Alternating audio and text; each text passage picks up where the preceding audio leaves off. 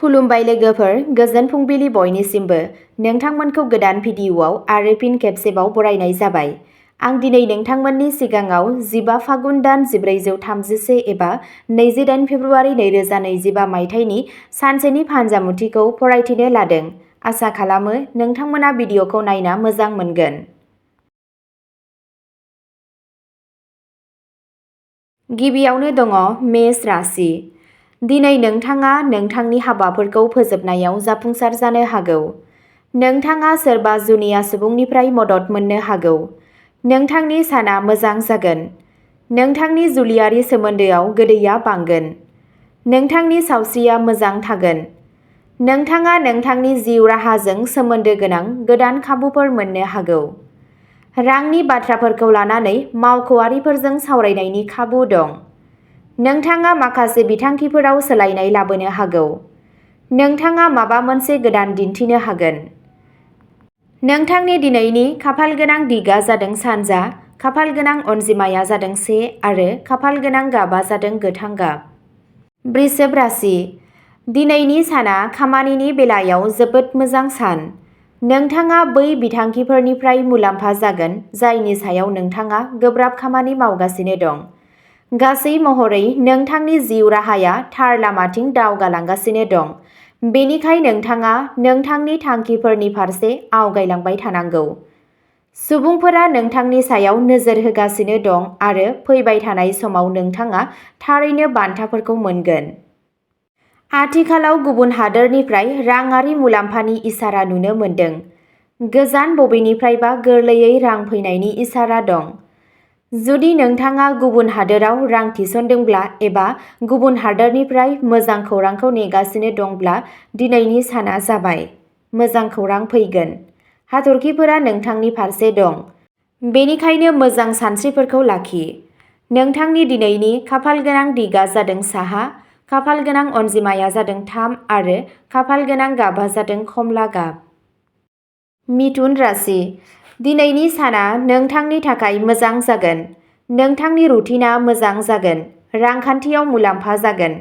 सासे लोगोनिफ्राय मोजां खौरां मोननाया खुसि लाबोगोन। नोंथाङा सासे आंगोखौ लोगो मोनगोन। सोलोंथाइया बांगोन। मावख'आव खामानिनि नारसिननाया बांसिन जागोन। नारसिननाय आरो खामानि मावनायनि गेजेरावबो नोंथाङा नोंथांनि खामानिफोरखौ थि समावनो सामलायनो हागोन। नोंथांनि सानथांखिफोरा गेदेरफोर आरो बिदा-फंबायफोरनिफ्राय मदद मोनगोन। मोनसे सानथांखि खालामनाय आदबजों सिगांथिं आवगाय। जाफुंसारनाया रोखा। साहसआ बांगोन। समाजारि थासारिया जौगागोन। बिबानफोरखौ आबुं खालामनाय जागोन। साननि जागायजेननायाव माखासे हेंथाफोर थानो हागौ, नाथाय साननि जोबनायथिं गासैबो मोजाङै थागोन। नोंथांनि दिनैनि खाफालगोनां दिगा जादों सोनाब, खाफालगोनां अनजिमाया जादों 6 आरो खाफालगोनां गाबा जादों गोथां गाब। कर्क राशि। दिनै नोंथांहा माखासे लोगोफोरजों गोरोबलायै जानो हागौ। नोंथांनि खरसाया दिनै बांनो हागौ। बेनिखायनो नोंथाङा गावनि खरसाखौ दबथायनांगौ। नोंथांनि गासैबो हाबाफोरखौ नोंथाङा गोसो बायदि फोजोबनो हागोन। नोंथाङा गथ'फोरजों पिकनिक जानो थांनो हागौ आरो नोंथाङा सासे सोमोन्दोआरिखौबो लोगोआव लांफानो हायो। बेजों लोगोसे नोंथाङा नोंथांनि सानथौखौ गनायनो थाखाय रावखौबो नारसिननो नाङा। नोंथाङा फालांगिजों सोमोन्दो गोनां दावबायनायनि गोनांथि जानो हागौ। नोंथांनि दिनैनि खाफालगोनां दिगा जादों खोला, खाफालगोनां अनजिमाया जादों 5 आरो खाफालगोनां गाबा जादों टमेट' गाब। सिंह राशि। दिनै नोंथांनि खाफालआ नोंथांजों थागोन आरो नोंथाङा मोनगोन दि नोंथाङा नोंथांनि गासैबो थांखिफोरखौ गोरलैयैनो मावफुंनो हागोन, जेसेबांखि गोब्राब जाया मानो। नोंथांनि सिमांफोरखौ जाफुंहोनो थाखाय बयनिख्रुइबो गोनांसिन बाथ्राया जादों गोख्रों गोसोनि गोहो।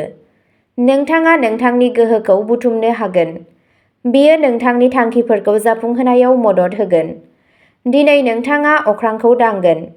जुदि नोंथाङा नेम बायदियै रां थिसनो, अब्ला दिनै नोंथाङा स्टक हाथायाव मुलाम्फा जानो हागौ। जुदि बेयो नोंथांनि गिबि नाजानायब्ला, अब्ला मोनफिन्नायफोरा सानजेर जानो हागौ। नाथाय थार सायख'नायफोर आरो खाबुफोराव गोसो होनानै दिनै नोंथाङा थारैनो मुलाम्फा आर्जिनो हागोन। नोंथांनि दिनैनि खाफालगोनां दिगा जादों खोला, खाफालगोनां अनजिमाया जादों 8 आरो खाफालगोनां गाबा जादों ब्राउन गाब। कन्या राशि। दिनै नोंथांनि खस्थ'नि गेजेरजों मावनाय खामानिया फिथाइ होगोन। हाबा जानाय सुबुंफोरा गावसोरनि पार्टनारनि सायाव आबुं फोथायनायखौ फोरमायनांगौ, नङाब्ला सोमोन्दोआव नारसिननाय जानो हागौ। नोंथांनि खरसाया रांबावजाखौ हेंथा होनो हागौ आरो बेनि फिथाइ महरै गोबां सानथांखिफोरा थाबथानो हागौ। जुदि नोंथाङा मावख'आव उफ्रा सम होयो, अब्ला बेयो नोंथांनि न'नि जिउआव गाज्रि गोहोम खोख्लैनो हागौ। दिनै नोंथाङा लोगोफोरजों मोनसे दावबायनायनि हाबाफारि लागोन। बिदा-फंबायफोरजों सोमोन्दोआव खाथि थागोन। समाजारि मान आरो सनमानआ बांगोन। नोंथाङा नोंथांनि खामानि बायदियै मुलाम्फायाव बाहागोआरि जागोन। सावस्रिया मोजां जागोन। नोंथांनि गावारि बाथ्राफोरखौ आन्दोआव लाखि। नोंथांनि दिनैनि खाफालगोनां दिगा जादों सानजा, खाफालगोनां अनजिमाया जादों 4 आरो खाफालगोनां गाबा जादों गलापि गाब। तुला राशि। दिनै नोंथांनि साना गलाय-गथाय जागोन। नोंथाङा बबेबा मोनसे आयदायाव मोनसे गिदिर थिरांथा लानांनो हागौ। फालांगियारिफोरा मख'जाथाव मुलाम्फा जानो हागौ। नोंथांनि गियानआ नोंखौ गासैबो रोखोमनि जेंनाफोरनिफ्राय गोजानाव लाखिनायाव मदद होनो हागौ। नखरारि खामानिनि थाखाय नोंथाङा हाखु-दाखु खालामनांनो हागौ, जाय नोंथांखौ मेंनाय मोनहोगोन। नोंथाङा नोंथांनि गथ'फोरनिफ्राय खुसि मोननो हागौ। नोंथाङा बिसोरनि फारसेनिफ्राय माबा मोनसे मोजां खौरां मोननो हागौ। नोंथाङा नोंथांनि खामानियाव गोदान सोलायनाय लाबोनायनिफ्राय गोजानाव थानांगौ। नोंथांनि दिनैनि खाफालगोनां दिगा जादों सानजा, खाफालगोनां अनजिमाया जादों 9 आरो खाफालगोनां गाबा जादों ब्राउन गाब। वृश्चिक राशि। दिनै नोंथाङा बेखौ मिथिनानै गोजोननाय मोनगोन दि नोंथांनि गोब्राब नाजानायनि जाहोनाव नोंथाङा नोंथांनि साख्रियाव जाफुंसार जानो हादों। नोंथांनि लोगोफोराबो खुसि जागोन दि नोंथाङा नोंथांनि खामानि आरो जाफुंसारनायखौ रंजागासिनो दं। मोजां समफोरखौ बांसिन बाहायनो नाजा। आथिखालाव नोंथाङा रां आर्जिनो थाखाय माखासे गोदान लामाफोर नागिरगासिनो दं।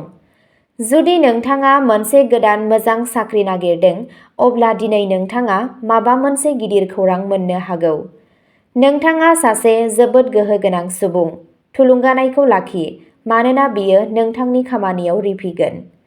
नोंथांनि दिनैनि खाफालगोनां दिगा जादों सोनाब, खाफालगोनां अनजिमाया जादों 5 आरो खाफालगोनां गाबा जादों गोथां गाब। धनु राशि। जुदि नोंथाङा दिनै बबेबा समाजारि हाबाफारियाव बाहागो लानो सानदोंब्ला, थां आरो गावखौ खुसि लाखिनो थाखाय बेनि मुलाम्फा ला। मोनसे धोरोमारि दावबायनायखौ फोरमायनाय जागोन। ओरैबायदि मोनो दि नोंनि पार्टनारआ दिनै जोबोद खुसि। खामानिनि फारसे नोंथांनि बावसोमनाय गोसोआ जाफुंसार लाबोगोन। गारिनि आरामबो थानो हागौ। दिनै खामानि मावग्रा जायगायाव मोनसे मोजां आबहावा थागोन। गोजौ थाखोनि मावख'गिरिफोरा गोजोनगोन। हाबाफोरा जाफुंसारै आबुं जागोन। दिनै सैथो बुंनाया नोंथांनि खामानियाव जाफुंसारनाय लाबोगोन। नोंथाङा सोलोंथायारि नाजानायाव जाफुंसार जानो हागोन। राङारि आयदाफोरा सरासनस्रा थागोन। बादायगिरिफोरनि सायाव नोंथाङा देरहागोन। राङारि गोरोबथानि सायाव सावरायनाय समाव सांग्रां जा। नोंथांनि दिनैनि खाफालगोनां दिगा जादों सोनाब, खाफालगोनां अनजिमाया जादों 2 आरो खाफालगोनां गाबा जादों गोसोम आरो गोजा गाब। मकर राशि। दिनै नोंथांनि दावगानायाव माखासे हेंथाफोर थानो हागौ। बेयो नोंथांनि जेंनाफोरखौ बांहोनो हागौ। थेवब्लाबो बेनि गेजेरावबो नोंथांनि साना जोबोद मोजां जागोन। नखराव गोजोननाय आरो गोजोननि आबहावा थागोन। नोंथाङा बिसोरजों मोनसे धोरोमारि थावनियाव थांनोबो सानथांखि लानो हागौ। नोंथाङा सोरबा सिनाय मोनै सुबुंखौ फोथायनायनिफ्राय गोजानाव थानांगौ। मोजां मोनलायग्रा लोगोफोरनि थाखाय साना सरासनस्रा जागोन।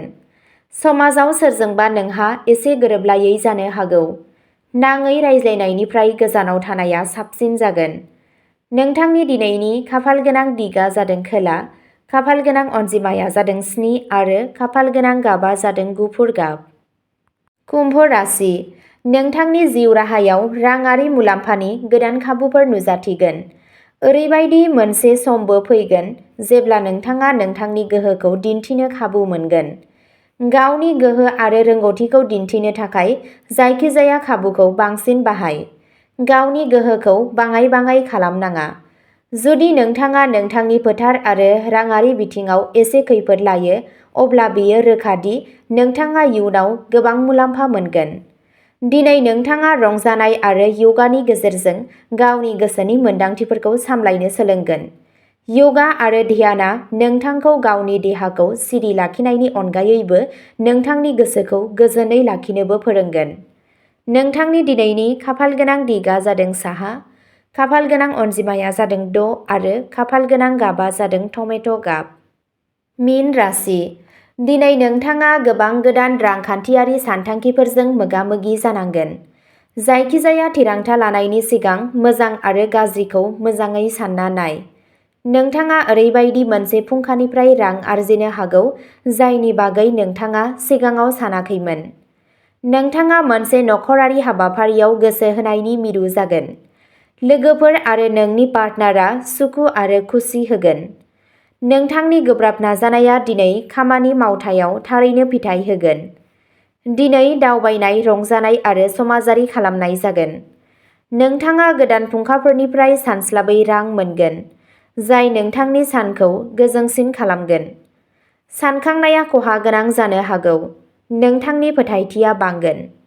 नोंथांनि दिनैनि खाफालगोनां दिगआ जादों साहा, खाफालगोनां अनजिमाया जादों 2 आरो खाफालगोनां गाबआ जादों गोथां गाब। अब्ला दिनैनि राशि फरायथिनाया एसेनोसै। नोंथांमोनहा बेबादिनो सानफ्रोमबोनि फानजामुथिखौ मिथिनो थाखाय चेनेलखौ साबस्क्राइब खालामनानै लादो आरो भिडिअखौ मोजां मोनदोंब्ला अन्नानै लाइक, शेयार आरो कमेन्टबो खालामनानै होलांब्लानो जाबाय। गोजोन्थों।